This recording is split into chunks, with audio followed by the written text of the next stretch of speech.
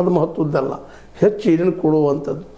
ಈ ಹೆಚ್ಚು ಕಾಲ ನಡೆದಕ್ಕಾಗೆ ನಾಳೆ ಏನು ನಾಟಿ ಕೋಳಿ ಊಟ ಅದು ಇದೇನು ಸಂಭ್ರಮಾಚರಣೆ ಮಾಡ್ತಾಯಿದ್ದಾರೆ ಅವ್ರು, ಬೆಂಬಲಿಗರು ಮಾಡಲಿ.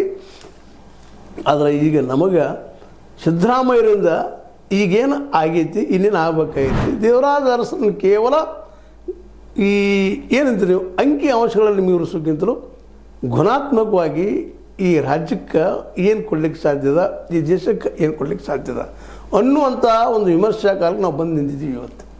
ಯಾಕಪ್ಪ ಅಂದ್ರೆ ಸಿದ್ದರಾಮಯ್ಯ ನಾವು ಅಹಿಂದ ನಾಯಕ, ಹಿಂದುಳಿದವ್ರ ನಾಯಕ, ಈಗಾಗಲೇ ಕಾಂತರಾಜ್ ವರದಿ ಹಾಕಿದ್ರು, ಮತ್ತೊಂದು ವರದಿ ಮಾಡಿದರು, ಇನ್ನೂ ಅದು ಅನುಷ್ಠಾನಕ್ಕೆ ಬಂದಿಲ್ಲ.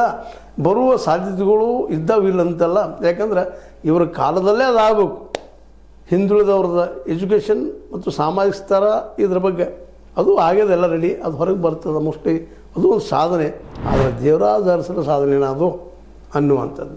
ಇದನ್ನು ನೋಡಿ ಮತ್ತೇನು ಕೊಟ್ಟರು ಅವ್ರು ನಮಗೆ ಇಲ್ಲಿ ದಿನಗಳಲ್ಲಿ ಗ್ಯಾರಂಟಿ ಕೊಟ್ಟರು ಅಂತ ಹೇಳ್ಬೋದು. ನಾವು ಗ್ಯಾರಂಟಿ ಕೊಟ್ಟಿದ್ದನ್ನು ಹೇಳ್ಬೋದು, ಅದು ಒಳ್ಳೆಯ ಸಾಧನೆ ಇಲ್ಲಂತಲ್ಲ, ಅನೇಕ ಒಳ್ಳೆಯ ಸಾಧನೆಗಳು ಇದ್ದಾವೆ. ಆದರೆ ದೇವರಾಜ ಅರಸರನ್ನು ಮೀರಿ ಹೋಗುವಂಥದ್ದು ಎಂಥ ಸಾಧನೆ ಏನಾದರೂ ಮಾಡಲಿಕ್ಕೆ ಸಾಧ್ಯದನಾ?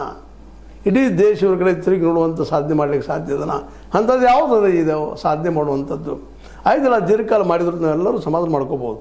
ಇಲ್ಲ, ಇನ್ನೂ ಸಾಧನೆ ಅದ. ಸ್ವತಂತ್ರವಾದ ಮೀಡಿಯಾಗೆ ಬೇಕಾಗಿರುವುದು ಸ್ವತಂತ್ರ ಧ್ವನಿ. ಆ ಸ್ವತಂತ್ರ ಧ್ವನಿ ಉಳಿಸಲು ನೀವು ಮಾಡಬೇಕಾದದ್ದು ಇಷ್ಟೇ. ಅದೇನಪ್ಪಾ ಅಂತಂತಂದ್ರೆ ನಿಮ್ಮ ಕೈಲಾದಷ್ಟು ಸಹಾಯ ಈ ಚಾನಲ್ಗೆ ಮಾಡಿ ಹಾಗೂ ನಿಮ್ಮ ಧ್ವನಿಯನ್ನು ಕಾಪಾಡಿಕೊಳ್ಳಿ. ಇಲ್ಲಿ ಎಲ್ಲರಿಗೂ ಉದ್ಯೋಗ ಸಿಗುವಂಥ ಒಂದು ವ್ಯವಸ್ಥೆ ತರಬೇಕಾಗಿದೆ. ಅದು ನೀವು ಮುಂದಿನ 2 ವರ್ಷ ಇರ್ತಾರೆ ಇಲ್ಲೋ ಗೊತ್ತಿಲ್ಲ. ರೆಕಾರ್ಡ್ ಅಂತ ಬ್ರೇಕ್ ಮಾಡಿದ್ರು, ಅದರಲ್ಲೂ ಡಿ ಕೆ ಶಿವಕುಮಾರ್ ಜೊತೆಗೆ ಟಗ್ಅಪ್ ವಾರದ ಕುರ್ಚಿ ಸಲುವಾಗಿ. ಕುರ್ಚಿ ಮುಖ್ಯನೋ ಅಮುಖ್ಯನೋ, ಇದು ಮುಖ್ಯ ಅಲ್ಲ, ಅದು ನಡೆದ ದಿನನಿತ್ಯ ಅದನ್ನು ನಾವು ಸುದ್ದಿ ಕೇಳ್ತಿದ್ವಿ.